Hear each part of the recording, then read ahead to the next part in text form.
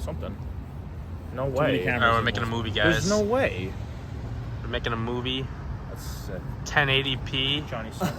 Cinematic mode. A hip hop music video. Alright, we're making a hip hop video with the cars. A hip hop video on it.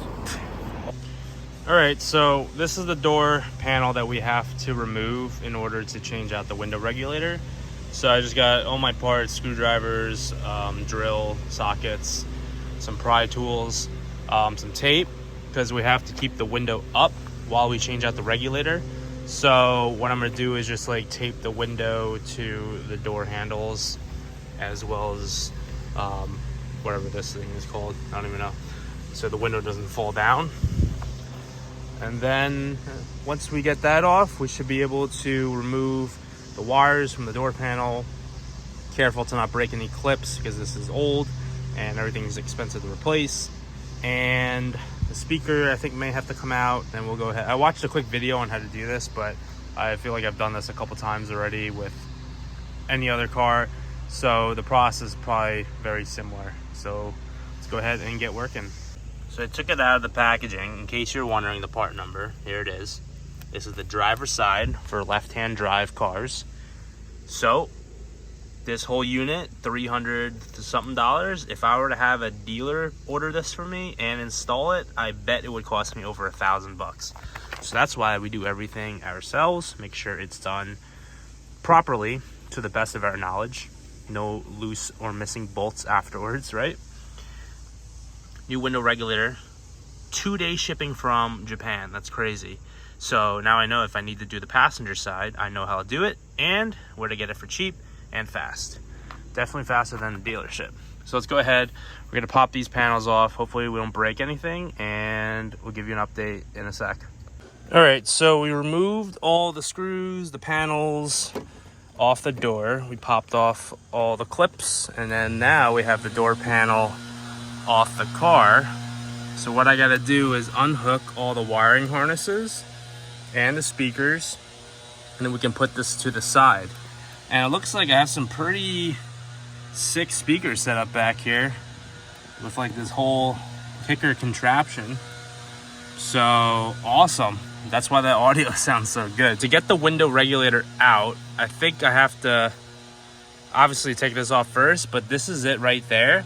So we have to like unbolt it, I think, from the window. We'll figure this out shortly. All right, update. We got the window regulator out. So we had to pop off this like trim piece in order to get access behind here. So there's two 10mm bolts, one here and one there, that we have to take out. And that was kind of a pain, but we got them. So there's two here. Those are for the motor that goes right here, and then two other ones go up top. Two here and two there. So now we can put the new one in. I'm gonna take out this motor. I gotta just finagle it out of here somehow. Do a little Tetris, and then before we install the new one, I kind of want to just clean out the tracks.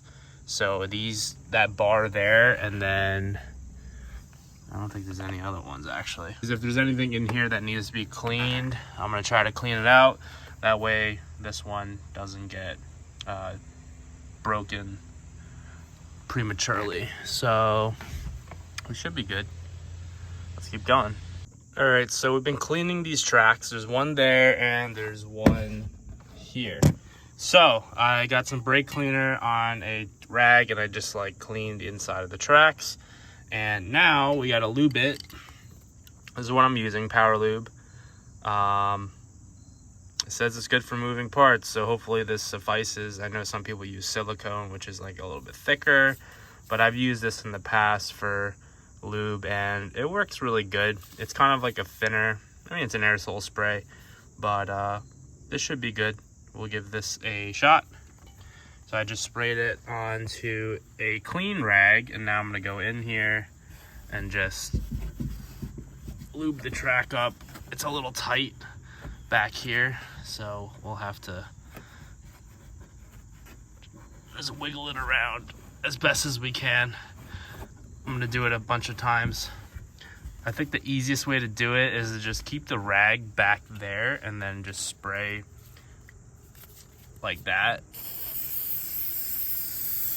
And then just keep going up and down. And then we'll go ahead and do the other side.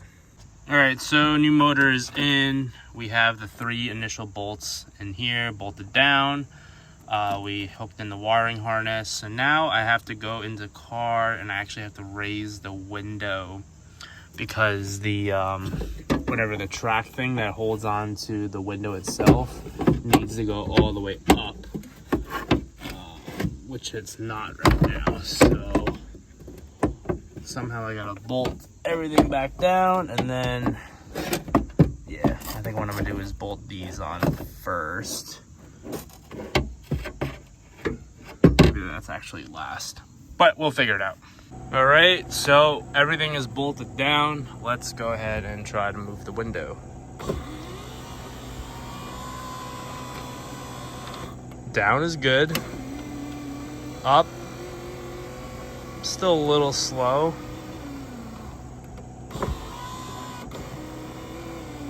I mean, it's better. It's not perfect. I don't think these windows were meant to be extremely fast. But basically what I'm going to do is, also the car's not running, so it's not delivering the most power. But what I'm going to do, when the window is down like that, I'm going to shoot some grease into that area right there, and that should help things. All right, door is all back on. Everything works. So we are good to go. So lesson learned, the new motors, even if they're brand new, aren't going to go up and down super fast as you would expect on like a newer car, because the tracks inside, I guess the bolts that for the window that goes into the track is not, it's like more narrow than the track itself, so there's still a little bit of play with the window. So you just gotta clean it and grease it as best as you can. Maybe going forward, I don't need to replace the whole motor for the other side, but maybe just clean the tracks and call it a day and grease it. But we shall see. The new motor works good, and it looks like this was actually from 2003. So this is not an original one either, but it's gonna be almost 20 years old, this one. So I guess it was due for a new one anyway. Rather just have a brand new motor and have it work perfectly. We still got some things to do on the NSX. So in this box, I got the keyless entry system for this car. Here is the kit. It's got 2 key fobs and the box that we have to install behind the glove box, and then here is the plug and play wiring. It's mostly plug and play. There's like 2 wires here that we have to put into one of the harnesses in the car. All right, so I've been messing around in the glove box for like 20 minutes now. So basically what I had to do, this is the box that we have to shove into there behind all these other wires.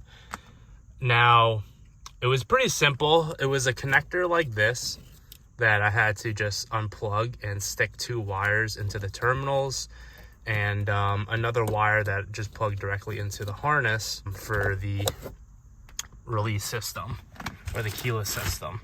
So when I plug this in to this connector here, I will then be able to lock and unlock the car using the key fob, and it says NSX. Pretty sweet. So now I figured that all out. These are the additional wires that I need to run to the driver's side when I decide to do the lights. That probably won't be today because it's already getting kind of late in the afternoon, but it'll be a project for another time. Not a big deal. The keyless entry is nice to have, especially on these old cars. So all you gotta do is just button everything up. All right, so it's all tucked in there. You can't even see it anymore. Look at that door. So when you unlock it, you're supposed to hear 2 clicks. When you lock it, 1 click, 2 clicks. And then everything else is not supposed to work until I wire up those two other things. So, awesome. That one works, and I get two of them. And they both work. All right, awesome. Not bad for 260 bucks.